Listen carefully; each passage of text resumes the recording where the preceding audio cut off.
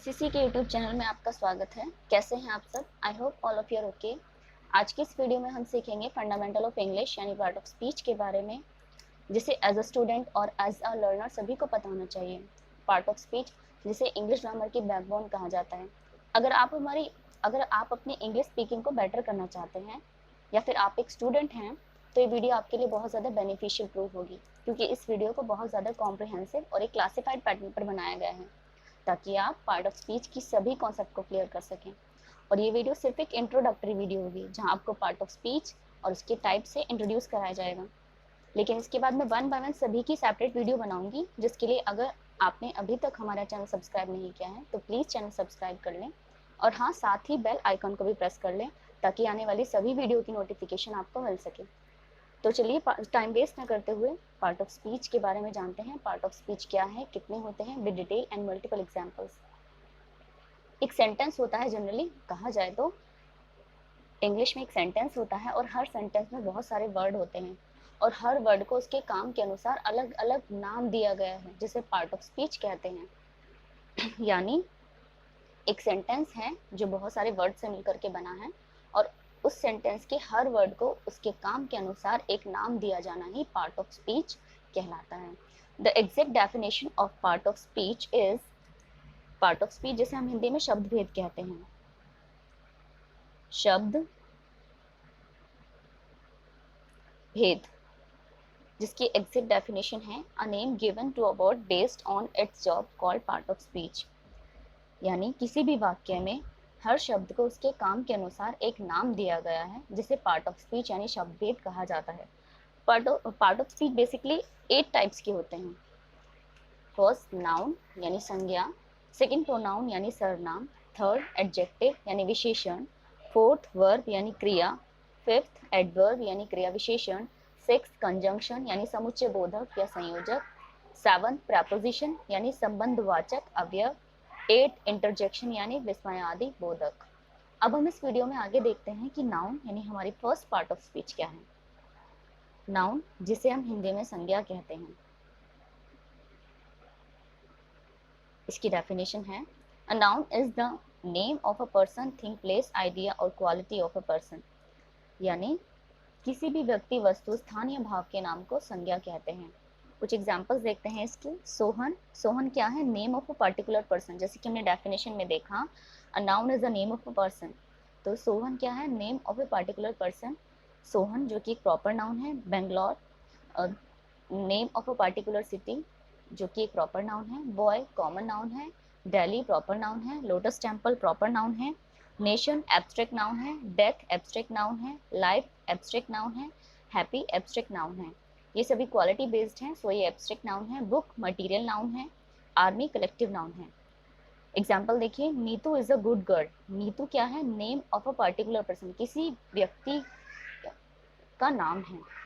नीतू किसी लड़की का नाम है। Is a name of a particular person, तो ये प्रॉपर नाउन है। As a good girl, girl indicate to a category, category को इंडिकेट करता है कि बॉयज में से है या फिर गर्ल्स में से है, तो गर्ल हमारा कॉमन नाउन है। सेकेंड सेंटेंस देखते हैं, wisdom is better than strength. Wisdom is better than strength, जहाँ पर विजडम और स्ट्रेंथ दिखती नहीं है, क्वालिटी बेस्ड है, तो ये हमारी एब्स्ट्रैक्ट नाउन है।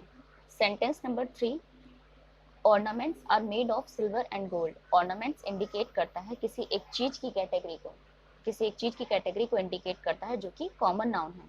ऑर्नामेंट्स में आपके ज्वेलरी में आपके नेकलेस, बैंगल्स, ये सब आ सकते हैं, तो ये एक कैटेगरी को इंडिकेट करता है, तो ये कॉमन नाउन है। सिल्वर एंड गोल्ड मटीरियल है, तो silver and gold material noun है।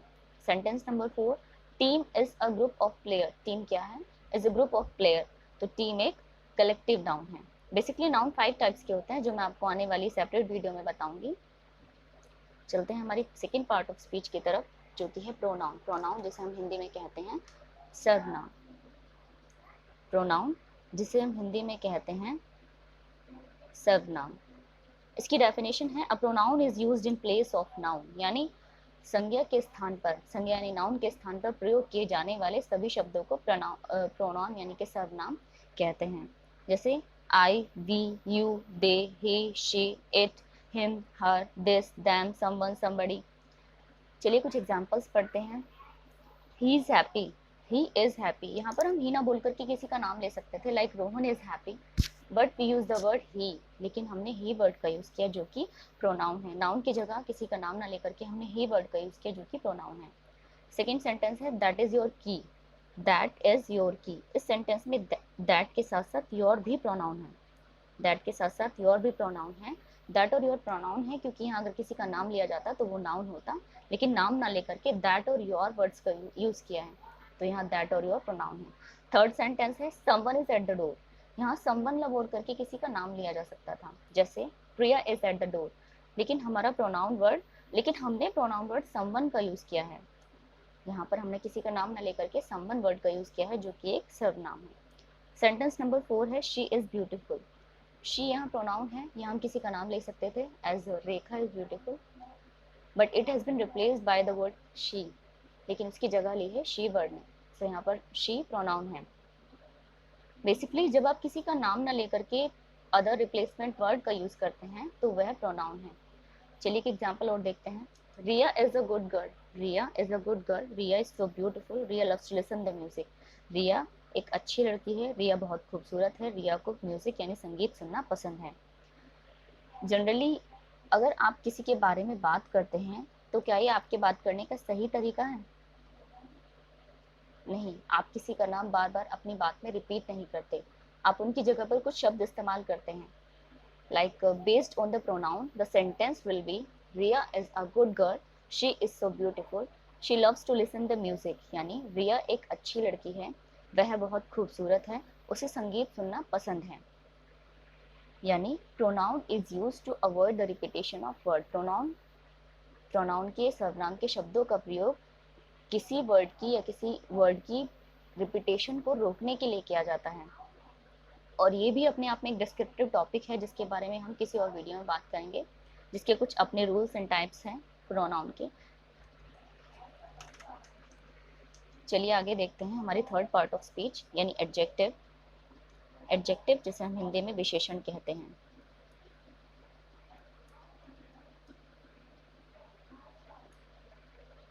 इसकी डेफिनेशन है एन एडजेक्टिव डिस्क्राइब, मॉडिफाइज और give more information about the noun और प्रोनाउन। यानी जो शब्द किसी वाक्य में नाउन या प्रोनाउन की विशेषता बताते हैं एडजेक्टिव कहलाते हैं। यानी वो वर्ड जो नाउन या प्रोनाउन को हाईलाइट कर रहे हैं, उसके बारे में कैरेक्टरिस्टिक्स, उसकी कुछ विशेषता बता रहे हैं, वो सभी शब्द हमारे एडजेक्टिव कहलाते हैं यानी विशेषण कहलाते हैं। जैसे good, bad, intelligent, clean, dirty, small, big, lazy, brave, tall, short, black etcetera. इसके कुछ सेंटेंसेस पढ़ते हैं। Prachi has long hair. Number 1 कह रहा है Prachi has long hair. Long यहाँ पर एडजेक्टिव है क्योंकि प्राची हैज हेयर एक नॉर्मल सेंटेंस है, और प्राची जिसमें कि एक प्राची जो कि एक नाउन है और हेयर जो कि एक नाउन है, उसके बारे में ज़्यादा इन्फॉर्मेशन कौन सा वर्ड दे रहा है? That Prachi has long hair. यहाँ पर लॉन्ग एक ऐसा वर्ड है जो इसके बारे में ज़्यादा इन्फॉर्मेशन दे रहा है। सेंटेंस नंबर 2 कह रहा है Rehan is a lazy boy. Rehan is a lazy boy. Lazy एक एडजेक्टिव है, लेजी एक एडजेक्टिव है क्योंकि यह रेहान बॉय जो कि एक नाउन है उसके बारे में ज़्यादा जानकारी दे रहा है। सेंटेंस नंबर 3 कह रहा है Shivani is a kind lady. Shivani is a kind lady. Lady और शिवानी दोनों नाउन हैं, लेडी और शिवानी दोनों नाउन हैं जिसके बारे में ज़्यादा जानकारी दी है हमारे काइंड वर्ड ने। शिवानी इज अ लेडी एक नॉर्मल सेंटेंस है, शिवानी इज अ लेडी एक नॉर्मल सेंटेंस है, लेकिन वो एक दयालु लेडी है, वो एक वो दयालु है। तो यहाँ पर काइंड एक ऐसा वर्ड है जो उसके बारे में कुछ एडिशनल इंफॉर्मेशन दे रहा है, तो यहाँ हमारा काइंड एडजेक्टिव है। सेंटेंस नंबर 4 कह रहा है an Indian farmer. An Indian farmer, farmer तो है but he belongs to India, but he belongs to India, यहाँ पर इंडियन हमारा एक प्रॉपर एडजेक्टिव है। So basically adjectives gives us more information about the noun और प्रोनाउन। यानी noun और प्रोनाउन के बारे में कुछ ज़्यादा जानकारी देता है हमें एडजेक्टिव विशेषण। ये अपने आप में एक लेंथी टॉपिक है जिसके कुछ टाइप्स एंड डिग्रीज हैं। Degrees like positive degree, comparative degree, superlative degree. Positive यानी हैप्पी, कंपैरेटिव यानी हैप्पियर, सुपरलेटिव यानी हैप्पीएस्ट। इसके बारे में किसी और दिन बात करेंगे। चलिए आगे चलते हैं। Number 4 part of speech, verb, जो कि इंग्लिश ग्रामर का बहुत इंपॉर्टेंट टॉपिक है। वर्ब जिसे हम हिंदी में कहते हैं क्रिया, इसकी डेफिनेशन है a verb is a word used to express action, state और position which always has a subject, यानी जो शब्द किसी सब्जेक्ट के द्वारा होने वाली क्रिया, किसी कर्ता के द्वारा होने वाली क्रिया, एक्शन या उसकी स्टेट यानी उसकी स्थिति या फिर उसकी पोजीशन के बारे में बताते हैं, वर्ब कहलाते हैं।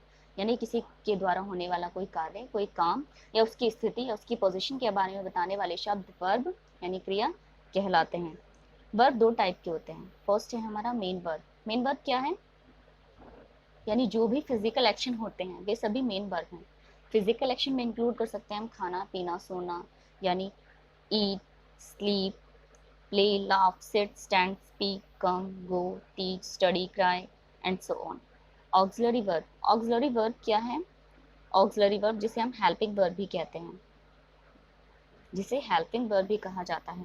ये किसी ऑब्जेक्ट की स्टेट के बारे में बताते हैं, यानी उसकी स्थिति के बारे में बताते हैं। फिजिकल एक्टिविटी में यानी मेन वर्ब का यूज होगा और किसी ऑब्जेक्ट की स्टेट बताने के लिए ऑक्सिलरी वर्ब यानी हेल्पिंग वर्ब का यूज होगा। ऑक्सिलरी वर्ब हमारी कौन कौन सी हैं? Is, am, are, was, were, will, shall, have, has, have been, has been etcetera.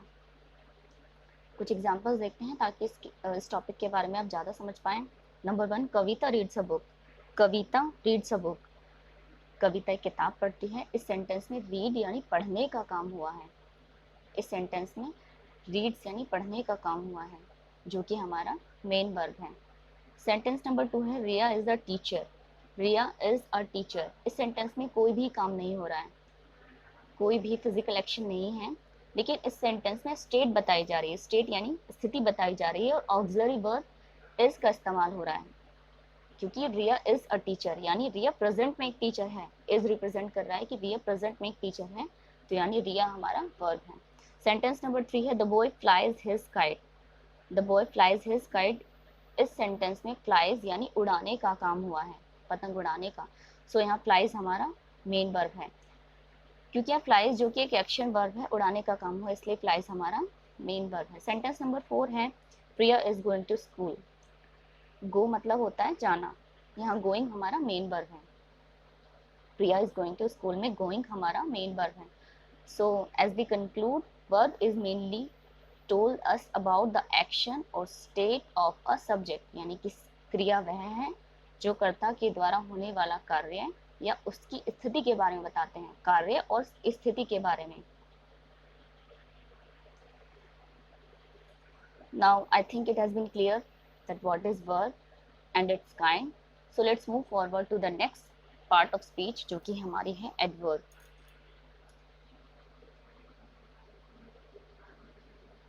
Adverb यानी क्रिया विशेषण।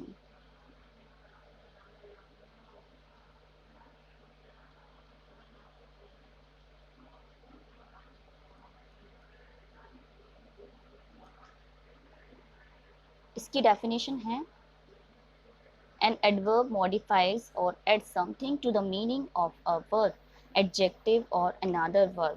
Adverb यानी किसी वर्ब, एडजेक्टिव या दूसरे एडवर्ब, यहाँ पर क्या है वर्ब, एडजेक्टिव या दूसरे एडवर्ब, यानी एडवर्ब के साथ एडवर्ब की ही इंफॉर्मेशन बताने वाले शब्द एडवर्ब या क्रिया विशेषण कहलाते हैं।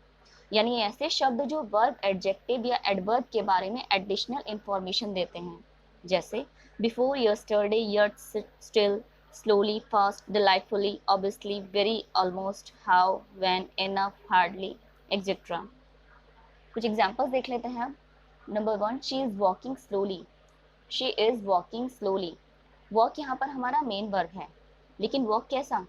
स्लोली, धीरे चल रही है, चल तो रही है बट वो धीरे चल रही है, यानी वॉक के बारे में एडिशनल इंफॉर्मेशन देने वाला शब्द है स्लोली। इसलिए वह शब्द जो वर्ब, एडजेक्टिव या एडवर्ब के बारे में एक्स्ट्रा इंफॉर्मेशन देता है एडवर्ब कहलाता है। सो स्लोली हमारा एडवर्ब है। सेंटेंस नंबर 2 है Riya is walking very slowly. जैसा कि हमने अभी देखा कि एडवर्ब ऐसा शब्द है जो वर्ब, एडजेक्टिव या एडवर्ब के बारे में भी ज़्यादा इंफॉर्मेशन देता है। वहाँ स्लोली हमारा एडवर्ब था, लेकिन वेरी एक ऐसा शब्द है जो इस एडवर्ब के बारे में भी ज़्यादा इंफॉर्मेशन दे रहा है। वेरी एक ऐसा वर्ड है जो इस एडवर्ब के बारे में भी ज़्यादा इंफॉर्मेशन दे रहा है, यानी यहाँ पर वेरी हमारा एडवर्ब है।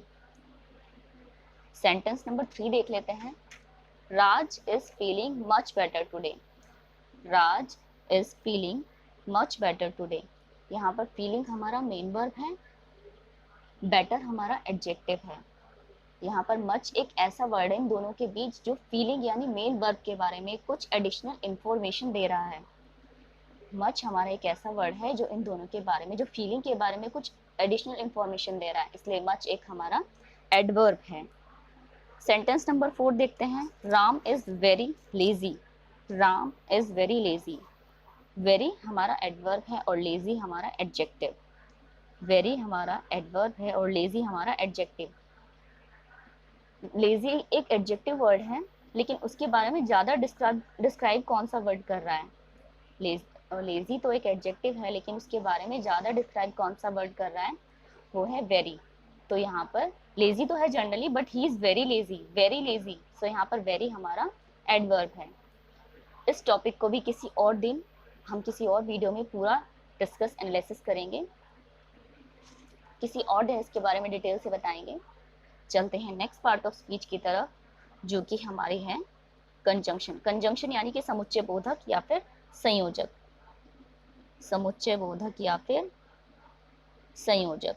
इसकी एग्जैक्ट डेफिनेशन है a word that join to word sentences और क्लॉज कॉल्ड कंजंक्शन। यानी वह शब्द जो दो शब्द या वाक्यों को आपस में जोड़ता है उसे हम कंजंक्शन कहते हैं। जैसे such as, both, and, and, or, as well as, else, either or, neither nor, no sooner than, that, etc. Some conjunction are only used in pair. कुछ conjunction word ऐसे होते हैं जिनको हम सिर्फ pairs में use करते हैं। यानी conjunction क्या है? It is basically used to avoid the repetition of word and to make them in short form. यानी कि बार बार किसी word का repetition ना हो और उन sentence short और attractive भी लगे। मतलब कंजंक्शन किसी सेंटेंस में वर्ड की रिपीटेशन को रोकने के लिए यूज किए जाते हैं। इसके साथ ही सेंटेंस शॉर्ट और अट्रैक्टिव लगने लगता है। जैसे ये दो सेंटेंसेस हैं जिसकी दो पार्ट हैं। A, hurry up, second you will miss the bus. जल्दी करो, तुम बस मिस कर दोगे। यहाँ पर हम कंजंक्शन वर्ड एल्स का यूज करेंगे। यहाँ पर हम कंजंक्शन वर्ड एल्स का यूज करेंगे और उसके बाद सेंटेंसेस जो बनेगा, hurry up else you will miss the bus. जल्दी करो, नहीं तो तुम बस मिस कर दोगे। चलिए एक और एग्जाम्पल देख लेते हैं। Akash is a dancer. B, Akash is also a singer. ये एक सेंटेंस के दो पार्ट हैं। जैसे कि हमने ऊपर अभी बताया, कुछ कंजंक्शन केवल पेयर्स में ही यूज की जाती हैं। तो यहाँ पर पेयर्स में conjunction not only but also का यूज करेंगे। Akash is not only a dancer but also a singer. Akash केवल एक डांसर यानी नृत्यकार ही नहीं, बल्कि वह एक सिंगर गायक भी है। इस सेंटेंस में कंजंक्शन वर्ड का यूज करने पर ये सेंटेंस शॉर्ट हो गया, आकाश वर्ड को रिपीट भी नहीं करना पड़ा और ये थोड़ा कहने में ऑड भी नहीं लग रहा है। यानी कंजंक्शन की डिटेल डिस्क्रिप्शन के लिए हमारे आने वाली वीडियो का वेट कीजिए। धीरे धीरे आपको सभी वीडियो प्रोवाइड की जाएंगी। आई होप या आप इस टॉपिक को समझ चुके होंगे। चलिए देखते हैं नेक्स्ट पार्ट ऑफ स्पीच, जो कि हमारी है प्रेपोजिशन। प्रेपोजिशन क्या है? प्रेपोजिशन यानी संबंधवाचक अवयव। प्रेपोजिशन यानी कि संबंधवाचक अवयव, जिसकी एग्जैक्ट डेफिनेशन है a word that show relationship of a noun and pronoun to another word is called preposition. यानी वह शब्द जो नाउन या प्रोनाउन का संबंध वाक्य के दूसरे शब्दों के साथ बताते हैं। वह शब्द जो नाउन या प्रोनाउन का संबंध वाक्य के दूसरे शब्दों के साथ बताते हैं वो प्रेपोजिशन यानी संबंधवाचक अवयव कहलाते हैं। प्रेपोजिशन मोस्टली नाउन या प्रोनाउन से पहले लगता है। ये नाउन या प्रोनाउन से पहले लगता है और उसका रिलेशन दूसरे वर्ड्स के साथ बताता है, सेंटेंस के दूसरे वर्ड के साथ। जैसे in, on, at, by, for, from, of, out, into, onto, with, about, around, between. कुछ एग्जांपल्स देख लेते हैं। The cup is on the table. The cup is on the table. यहाँ कप का टेबल के साथ जो वर्ड रिलेशन बता रहा है वह है ऑन, यानी कप मेज के ऊपर रखा है। सो यहाँ पर ऑन हमारा प्रेपोजिशन है। ऑन एक ऐसा वर्ड है जो कप का टेबल के साथ रिलेशन बता रहा है, तो यहाँ पर हमारा ऑन प्रेपोजिशन है। सेकेंड एग्जाम्पल देखते हैं। He lives in Meerut. She lives in Meerut. She lives in Meerut. वह मेरठ में रहती है। वह मेरठ में रहती है। यहाँ पर इन एक प्रपोजिशन है, क्योंकि यहाँ पर हमारा इन वर्ड एक ऐसा है जो शी उसका मेरठ के साथ संबंध बता रहा है। थर्ड एग्जाम्पल है it is a book for children, यह एक किताब बच्चों के लिए है। फॉर एक ऐसा वर्ड है जो बुक मटीरियल नाउन का चिल्ड्रन कॉमन नाउन के साथ संबंध बता रहा है। सो यहाँ पर फॉर हमारा प्रपोजिशन है। एक नेक्स्ट एग्जाम्पल और देख लेते हैं। ही cam on Sunday, he cam on Sunday, यहाँ पर ही और संडे के बीच जो रिलेशन बताने वाला वर्ड है वो है हमारा ऑन। सो यहाँ पर ऑन हमारा प्रपोजिशन है। सो प्रपोजिशन वो वर्ड है जो नाउन का रिलेशन सेंटेंस के दूसरे वर्ड के साथ बताते हैं। आई होप आप सब समझ चुके होंगे इस टॉपिक के बारे में। चलिए आगे देखते हैं। Last but not least part of speech जो कि हमारी है इंटरजेक्शन। इंटरजेक्शन यानी जिसे हम हिंदी में कहते हैं विस्मयादि बोधक।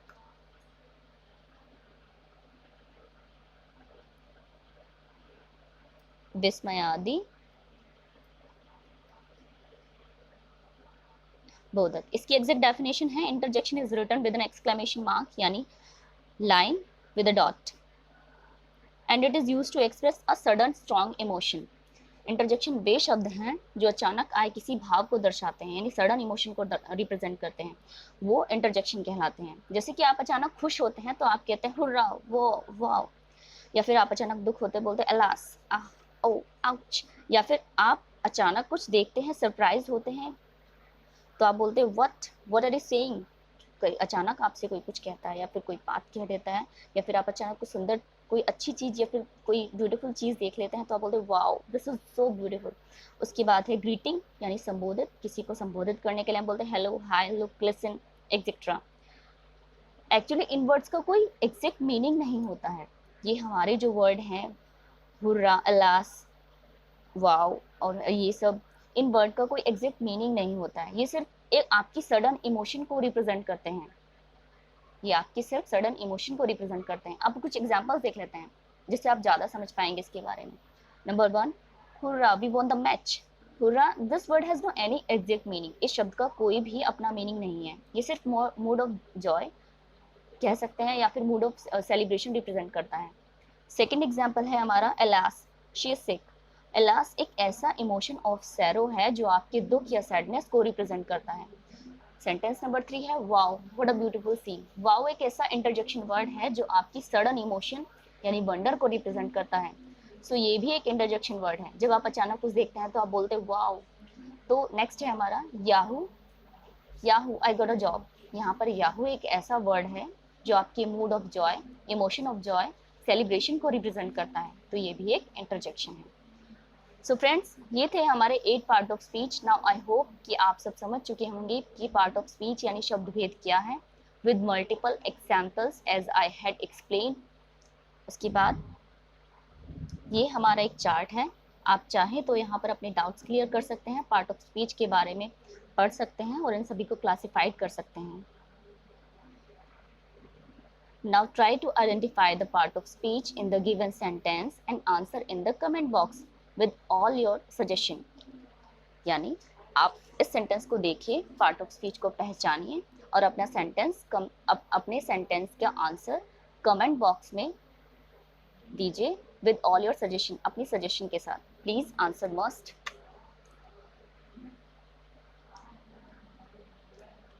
Thanks for watching. Stay connected with us for learn more and for more videos. If you like the video, press the button, share to the needy person. हो सकता है ये वीडियो किसी के काम आ सके। And last but not least, don't forget to subscribe the channel and pressing that bell icon. Thanks for watching.